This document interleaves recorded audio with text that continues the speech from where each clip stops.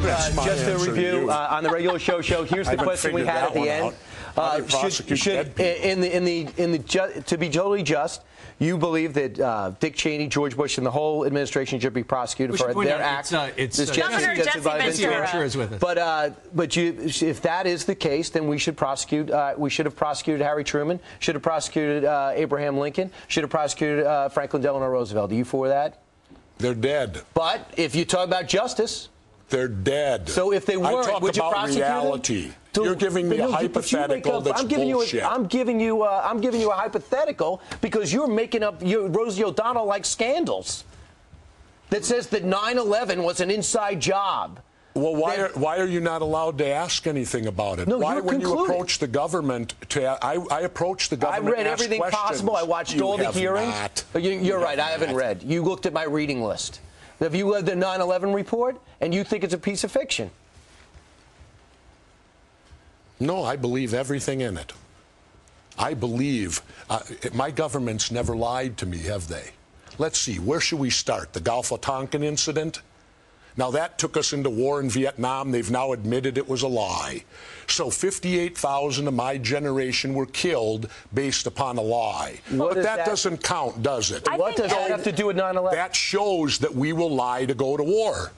We've been doing it for years. We will continue to do it.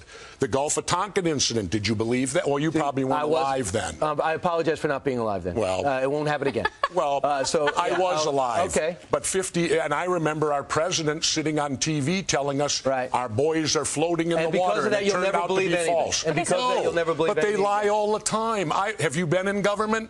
No, I have. All right, so that's so I've never been in the NFL, but I could watch a football game and judge what's going on. Why do we have the CIA embedded in all state government when their mission statement says that they're not? The question. If you just say one thing, you don't think the CIA has our best interest in mind. You don't think our intelligence branch. I never said any of that. But your questions and conclusions only lead to that one statement. That you think everyone's against America, the government's against America. True. Always remember, dissension's the greatest form of patriotism. Tom Jefferson said that.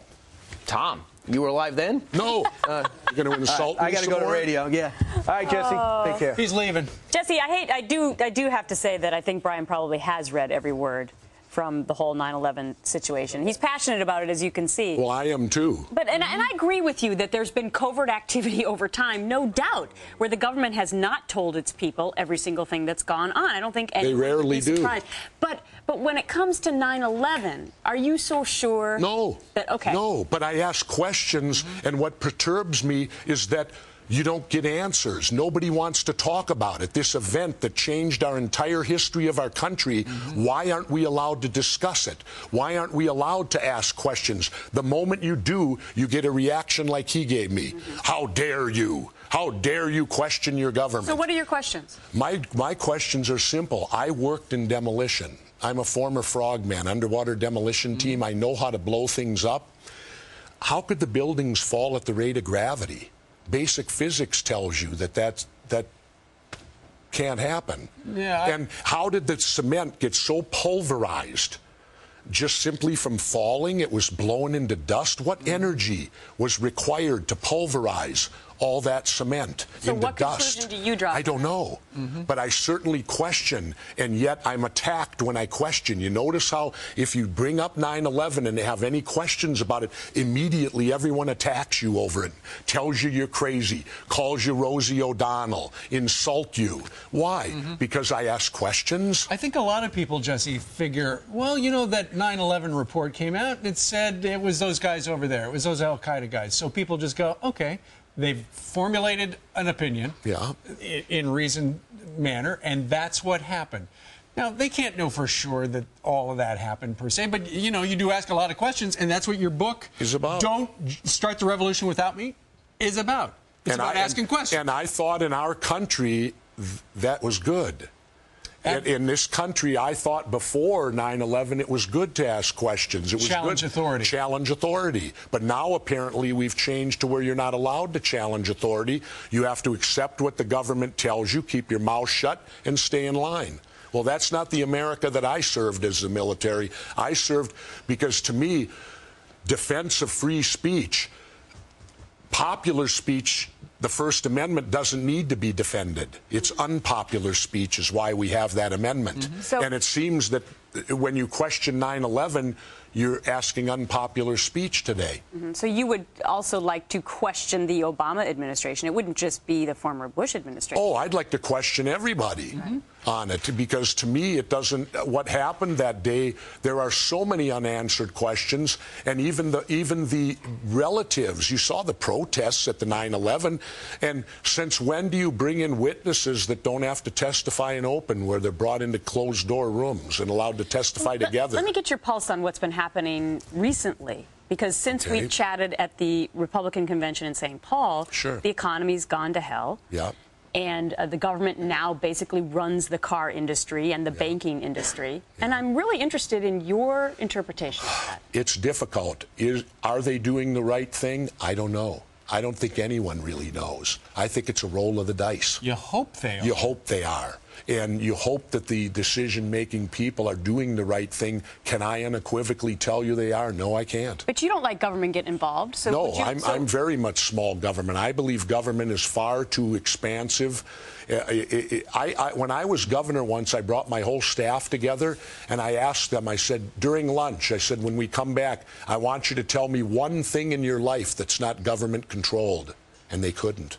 One guy brought up sleeping, and I said, no, not true. Remember, you got that tag on your mattress that says you're by penalty of law if you rip it off? Well, it'd be harder for them to come up with an answer exactly now. if you get arrested for ripping that thing off the mattress. I got a feeling sure. if I got a feeling someplace in your history you've ripped some tags off of mattresses and pillows. Maybe, but the point is, our government is so much in our lives today.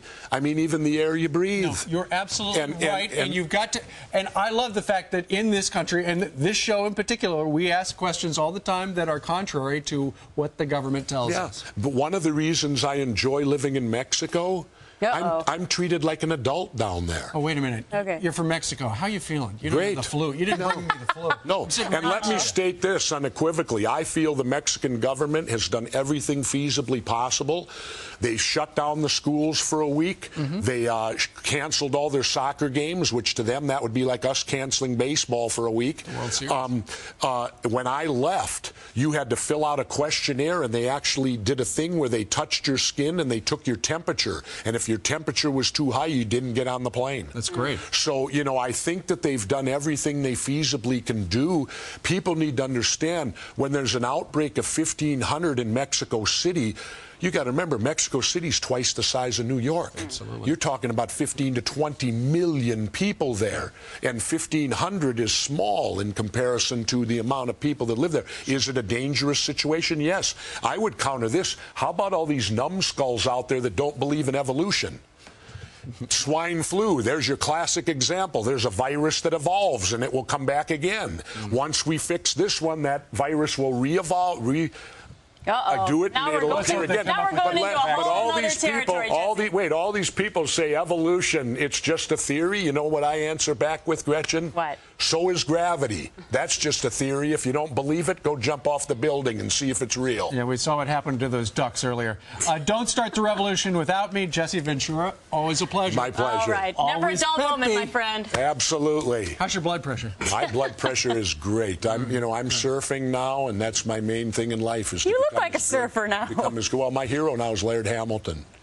He's an attractive guy. I like him. I don't watch it, and it's not for his attractiveness that I like him. It's for his courage. That's why I watch him. And the waves he rides. He has great courage. He's a man of courage. Don't check out his wife.